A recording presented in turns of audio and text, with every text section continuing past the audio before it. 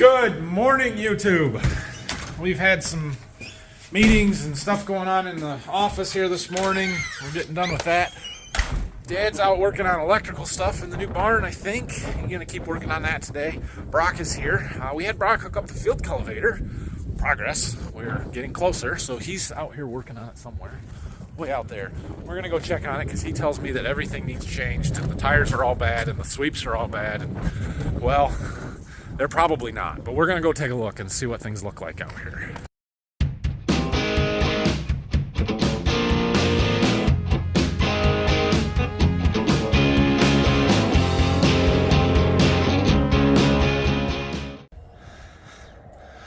All right, so Brock's getting started on this here. There are a few shovels, sweeps that need changed. That one there, the one side is a little bit narrow. There was a couple other ones, but we're talking 5 to 10 here. Not a huge deal. You want to wear them out. They're not cheap, so we don't just replace them and put all new ones on because. And as far as tires go, they all have air in them. Air is good, but that one there, I don't know if you guys can see that. It's starting to, the tread's starting to come off. So given that it is a mainframe tire, is the one on the other side the same way, Brock? No. Okay. It's hard to tell with the mud on there. That one looks like it might be a little bit. But given that those are mainframe tires and they carry all the weight going down the road and everywhere else, we want to make sure they're in good shape.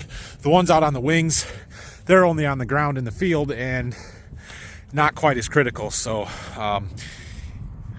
we'll take a look and move them around. We're missing a hubcap, whatever you want to call it, on that one. So we need to get that fixed. But, yep, we'll get there. So Dad's working on the electrical. You can see they got that conduit up there. Gonna have an outlet right there. That'll be nice. Put a duplex box there. And he's got it through, and they bought a panel for in here, breaker panel. So there's the line coming in, going out, and we're gonna have some boxes along that bottom ledge, and then he's actually gonna go under this concrete ledge, put one or two underneath this side. We're gonna come off of a separate panel over there by the kiln room and go across this back wall, put a couple outlets out there, and then we gotta run up the ceiling for the light circuits and stuff. So running conduit. Look, he's got his pipe bender out, making fancy custom bends. Nice job. So we are going to pull up the Clubpacker. I got it all greased up, looked over. All the bearings look good. The scrapers look good, so I don't think there's any real maintenance left to do to that. So we're going to fold it up, kind of keep it out of the way. But we got that block down there. And we're going to drive the track. Alrighty, we're going to drive forward just a little bit. We're going to go really slow, put her in first gear, and just see. Hopefully that board doesn't slide.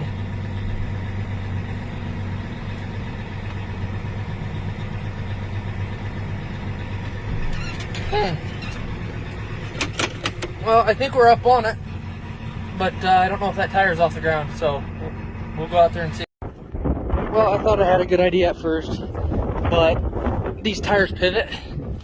So if you put more pressure on the front and lift it up, the back one's going to go down, so we really weren't ever going to get that one up. So I just set everything on the ground and it lifted the tire up. Bad thing about this is we're going to have to brace that there in the center and then lift it back up because I don't think this tire will clear this, but when we get it off, we'll see. We'll try. Holy cow, we treated a lot of beans yesterday. So now we've got to dump all of these boxes back into the ones they came out of. That's going to take a minute, but I'm going to work on it. I've got a truck coming in like 20 minutes, and we have to be able to get to it, so we best get to work. Well, I got most of those boxes dumped. The truck is here. He's over there. But he's late. He's 20 minutes after he told me he was going to be here. And I have to go get bracing today. So Brock's there. He's going to get him unloaded. And we'll be back in a little bit. Well, Nathan had to leave. So I'm down to the seed warehouse. Truck was here.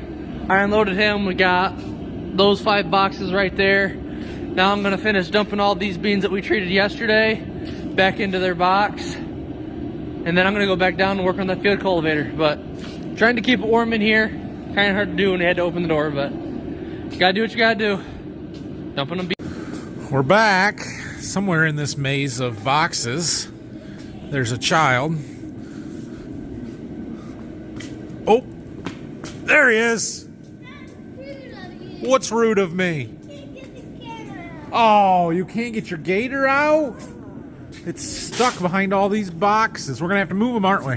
Yeah, right now. Okay, well, we got to get our samples out of the ones without lids on them, and then we'll start stacking them up and moving them out of the way, and then we can get your gator. Listen, though, we got to do some work on your gator. Right now. Well, we're gonna today. Your tires are falling apart. We got to fix them. This one has literally split in two. So I bought some spray foam. We're gonna foam fill them and see if that holds for a little while. Well, I gave him an ice cream bar and he found his tractor, so he's happy for the time being. Look at that, rode right up to the trash can. All right, we've got all our lids on, all my samples that I needed taken. I did take another sample to send in to the lab to make sure we're doing a good job out of one of our boxes. Time to stack them up and find somewhere to put them. Where are we gonna put them? Oh boy. Well, we found homes for it. He was able to get his gator out, so he's happy. Yeah. Anyway, we've got more beans to treat yet, but we are getting there. So there's 5 boxes in that corner that need to be done, although one of them is not sold yet, so we're gonna not do that one. This row, and this row need done yet. So what do we got there? 1, 2, 3, 4, 5 times 3 is 15, and 4, there's 19 boxes. So 24 with those. And then these 3 are untreated yet. I got to figure out whose they are. I think those 2 are extras, so we don't want to treat those. And then this row here needs done. Those have all come in the last 2 days. 5 of them are from this morning. The other 9 were from yesterday. Those are for the big customer. That the row next to it is his as well, and they're all treated already. So we just need to get those run through. Those are our base Cruiser Max Vibrance yellow colorant treatment. Those will go fast. We might do those later today, but I'm going to take Brayson down to the farm. We're going to go see how Grandpa's coming and maybe help him on the electrical stuff a little bit. He's picking up all of my blue tabs because they just love doing that, and it's awesome because, you know, then I don't have to. Well, the conduit is being run here. Dad's got this run going along the side and made a fancy bend there to get underneath for an outlet down there, so that'll be nice. Brock's working on some stuff on the far side over there, and we're trying to figure out lights, so I thought I'd hang out here and help for a little bit. We will see.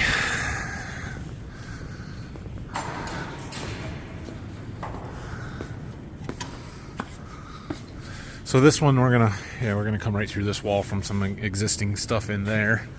Are we anchoring these, Brock? Oh, we're gonna put clamps on these, not the boxes. Oh, okay. Yep, that'll work.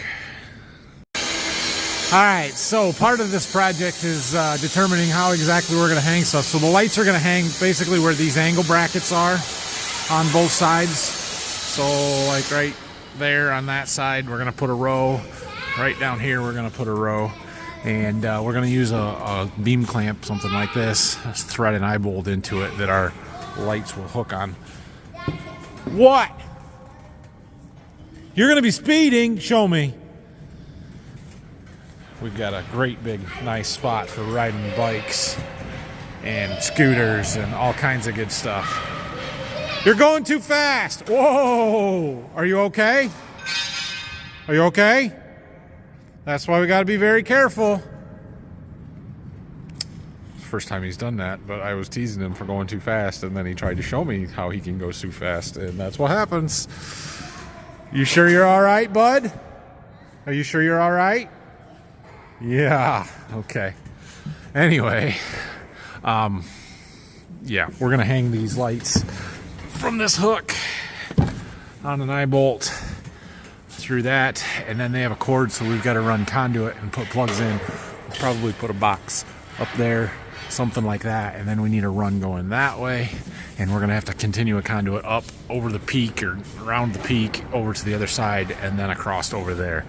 These lights, 10 of them will pull 12.5 amps, so we can put them all on one circuit and be just fine. And he's off again, and it'll be just fine. There we go, we got test light number 1 plugged in, and it's all good. I got another one hung up over there. They're pretty simple to do. We got some eye bolts on them clamps, got a safety cable, and we just need power. Alright, so I already explained this, but we're putting our clamp on there. We've got a eye bolt, and I've got a lock nut in there that threads into this piece on the hole on the bottom, but then we're locking it in so that it won't spin out. We've got a screw to lock the J hook into that eye bolt so that it can't accidentally come out. There's a set screw here so that this piece can't unthread from the light, but just in case all of those fail, we've got a safety cable that I am stringing up and around the truss and hooking on itself like that, so that if it happened to fall, that would catch it. So, and then that's pretty much it until we can get some electricity. Little dude couldn't hang. He's falling asleep. Taking him in the house for a nap. All right. Well, it may not look like progress, but we got conduit up there. That is for the door opener that will be coming in the next couple of weeks, apparently. And we got a little bit going up to where our lights are going to go. We ran out of some supplies, some clamps, and we're going to need a few more different things, so we kind of made a list. Dad is heading to Menards to go buy some stuff. We got this row of lights hung. I did a couple over there. We got 3 more to do, but we needed some more of the clamps to attach them to the brackets. So pretty good. Brock got boxes and conduit run all along that wall. All we have to do is tie it in to the inside the kiln room there. So Dad's getting supplies to do that, and progress. It's a good deal. This floor is fantastic and beautiful and nice and smooth, but it's dirty from cutting it, and footprints and bike tires tracks. And Duggo, can you bring Martin over? We need a floor scrubber. We need a floor scrubber. So we're going to treat some more beans here this afternoon. Brock was here helping me. He just got a call, so he had to go. But we've got 5 boxes here and another 9 boxes over there. We're going to try and do them all. Base treatment, Cruiser Max, apron, yellow. Just emptied that keg, so we got to mix up another one here. And we're going to pull a bunch out of there. We needed 6 gallons total, and I only got 2 out of that other keg. So we'll take another 4 gallons out of that one. And we need some yellow, and we need some apron, and let it mix, and then we'll go. And it should go fairly quickly because these are easy ones. Okay, ready to go here. We've got quite a bit of chemical. We've got the yellow in, so they're orange. It's gonna take a minute for them to turn orange though, because it's all in the hoses is red, so they'll get there. And we're not using the 3rd keg stand at all. No inoculant, no heads up on these beans. So they're, like I said, just base treatment. So that's simple and easy, and we're off. These first 5 boxes at least are pretty big beans, so they're going to be full, but now you can see that they are orange. Well, we're rolling through these here, down to the last 3 boxes of the second variety.